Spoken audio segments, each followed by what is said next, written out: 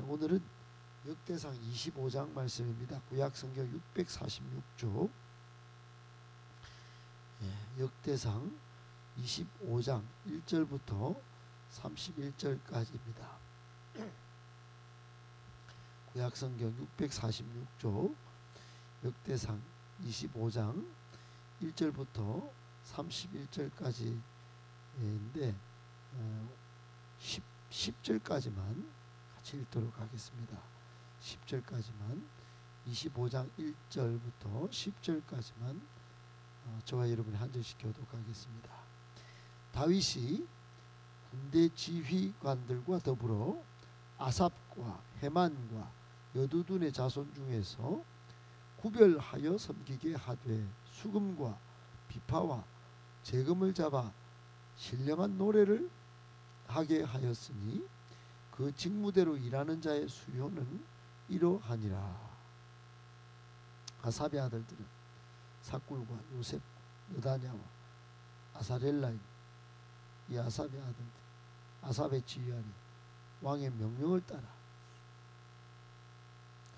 여두둔에게 이르러서는 그의 아들들 그달리아와 스리와 여사야와 시므이와 하사베와 미따디아 6사람이니 그의 아버지 여두둔의 지휘 아래 수금을 잡아 신령한 노래를 하며 여호와께 감사하며 찬양하며 헤만에게 이르렀어. 그의 아들 북기야와 마따냐와 우시엘 스벨 여리목과 하나니와 엘리아다와 기탈리와 로맘디엘셀과 요스브가스 말로디와 호딜과 마시오시. 이는 다 헤만의 아들들이니 나팔을 부는 자들이며 헤만은 하나님의 말씀을 가진 왕의 선견자라. 하나님이 헤만에게 14아들과 3딸을 주셨더라.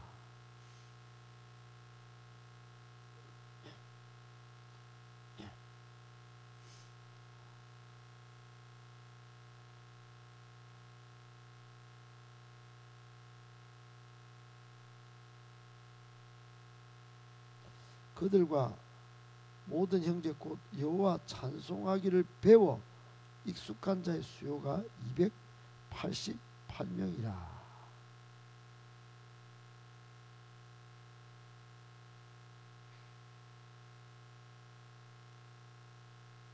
첫째로 제비 뽑힌 자는 아삽의 아들 중 요셉이요 둘째는 그달리아이니 그와 그의 형제들과 아들들 12명이요 셋째는 사꾼인 그의 아들들 형제들과 12명이요. 아멘. 하나님께서 여러분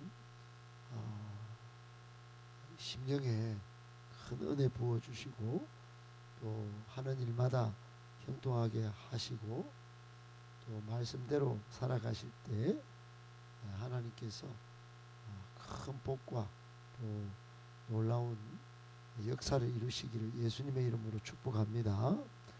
오늘도 기도 응답에 축복이 함께하기를 바랍니다. 오늘 본문에 우리를 향한 교훈의 말씀이 있습니다. 3가지만 받고 기도하도록 하겠습니다.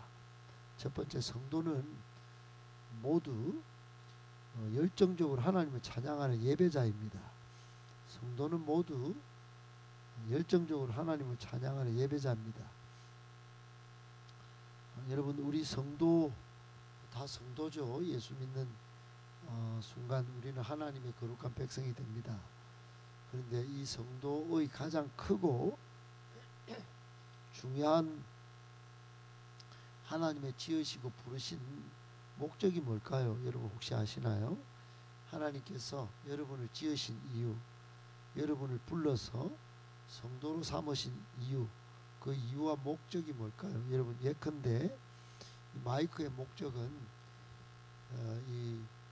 저희 소리를 증폭시켜서 여러분 좌우 앞 뒤에 있는 모든 분들에게 크게 소리가 들리도록, 잘 들리도록 하는 게 이 마이크의 존재 목적이겠죠. 자동차는 우리의 편리함을 위해서 이동 수단으로 사람이나 물건이나 목적지까지 우리 힘으로는 빨리 또 제대로 옮길 수 없으니 자동차가 존재하는 이유입니다. 만들어진 이유. 여러분이 가진 핸드폰도 그런 목적이 있겠죠. 서로 소통하고 유익한 정보를 얻고, 사람도 지은 목적, 부르심의 목적이 있습니다. 이사야 43장 21절에 보면 하나님께서 이런 말씀하십니다. 이 백성은 내가 나를 위하여 지었나니 나를 찬송하게 하려 함이라 그랬습니다. 하나님이 직접 하나님의 백성들을 지었는데, 지었던 이유와 목적이 뭐냐? 하나님을 찬송하게 하려고. 그래서 여러분, 웨스트민스터 소요리 문답 제1번이 뭐냐?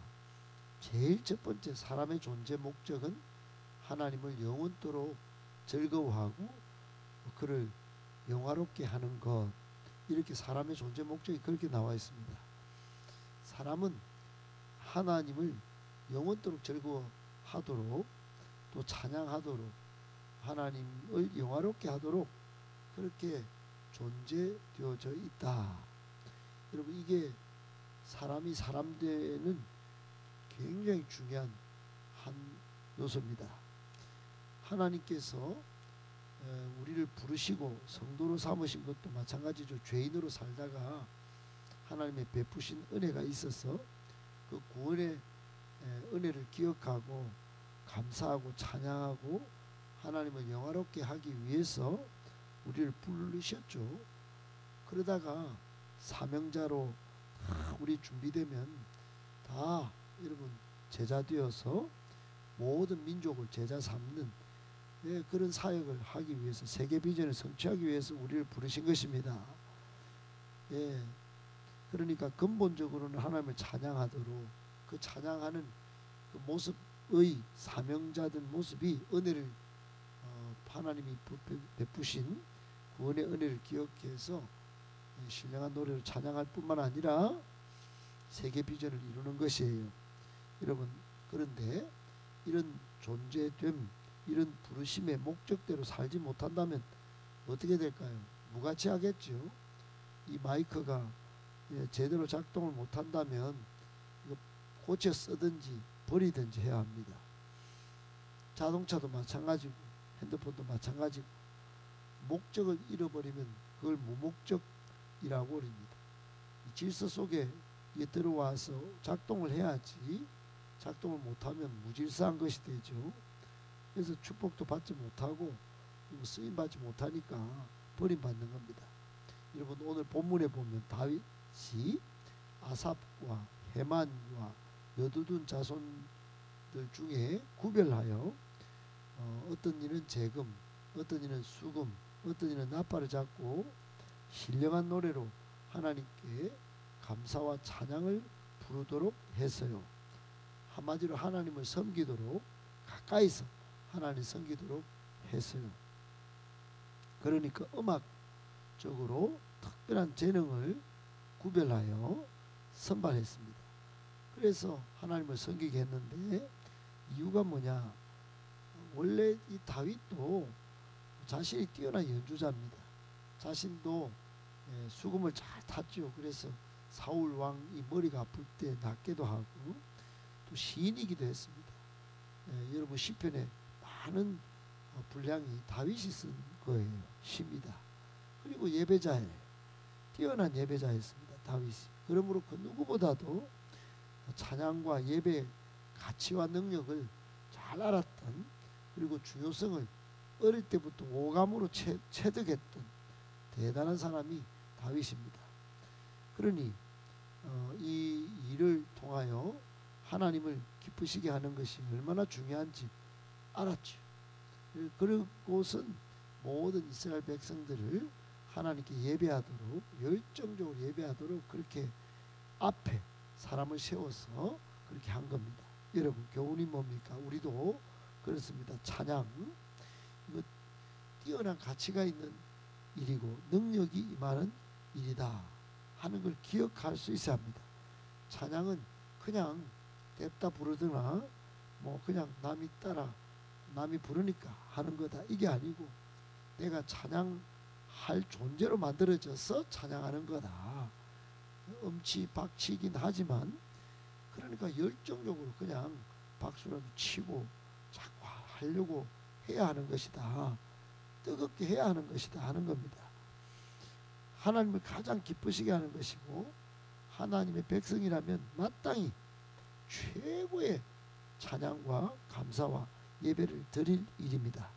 에베소서 5장 19절에 보면 바울이 감옥에 갇혀서도 권면하기를 이렇게 했습니다. 시와 찬미와 신령한 노래들로 서로 화답하며 너희 마음으로 주께 노래하며 찬송하며 그랬습니다. 에베소 교인들에게 감옥에서 마저도 신령한 노래들 그리고 온 마음으로 하나님을 노래하고 찬송하기를 격려하고 삶 자체가 찬양이 되어 있었기 때문에 여러분 에베소서에 이런 이야기가 나온 건 자기가 직접 빌립보 감옥에 갇혔을 때 신라와 함께 밤중에도 찬양을 함으로 옥문이 열리고 간수장에게 복음 전하는 역사가 나타났지 않았습니까? 성도는 모두 열정적으로 하나님을 찬양하는 예배자인 줄 꼭 기억하고 항상 찬양으로 하나님을 예배하는 다윗 같은 위대한 인물들 다 되시길 예수님의 이름으로 축복합니다. 아멘. 두 번째, 우리가 받은 은사로 하나님과 교회를 섬기는 일은 질서 있게 해야 합니다.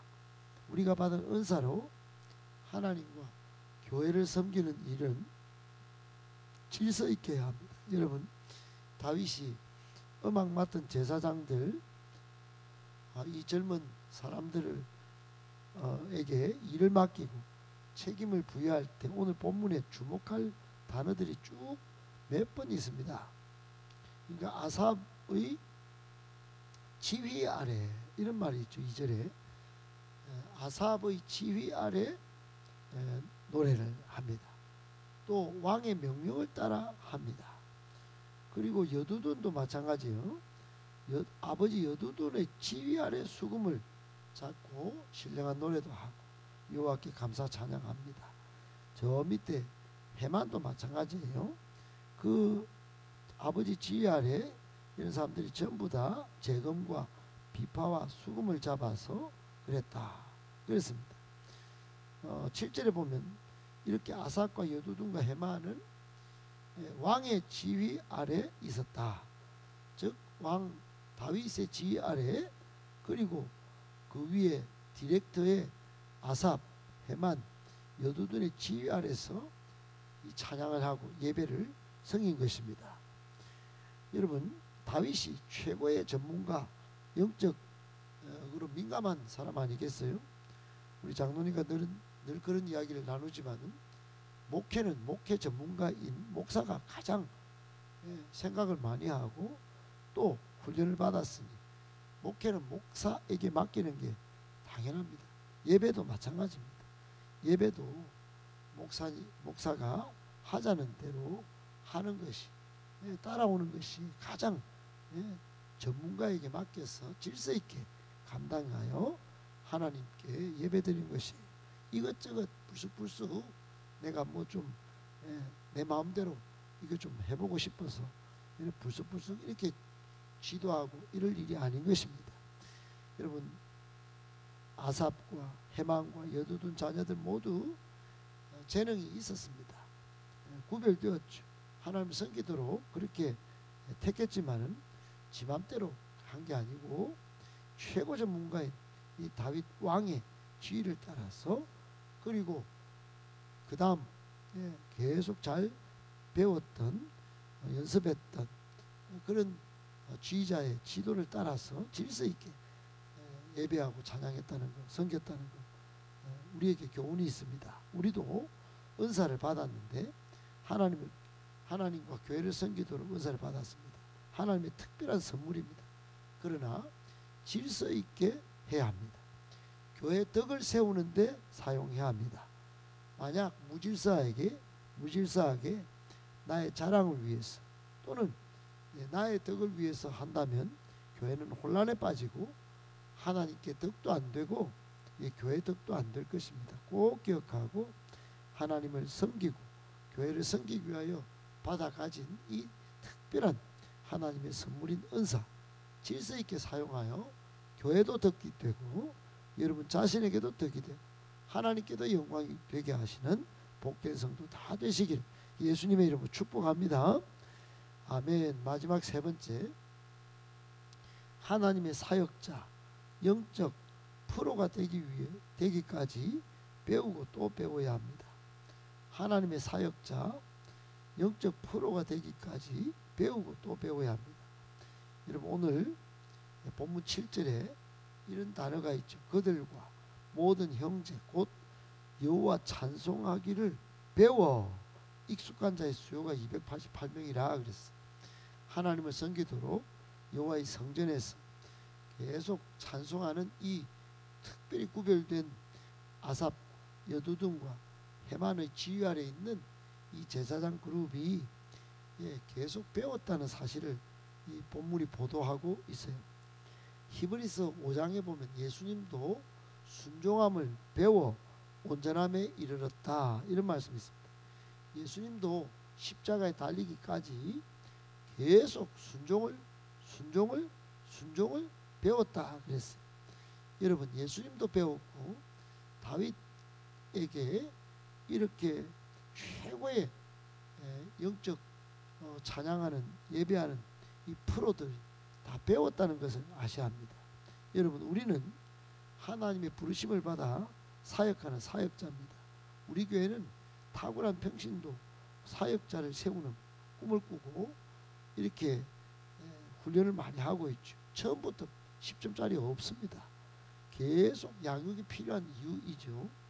결국 이렇게 훈련하고 또 계속 화살판에 10점을 쏘고 하다 보면 계속 연습하고 훈련하고 하다 보면 누구나 인정할 만큼 탁월하고 전문가적 능력을 갖추게 되는 것입니다.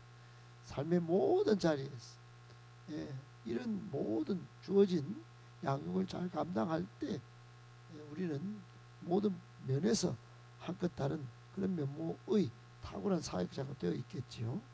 여러분 그러므로 단순 반복 지속적으로 양육을 잘 받는 것이 필요합니다.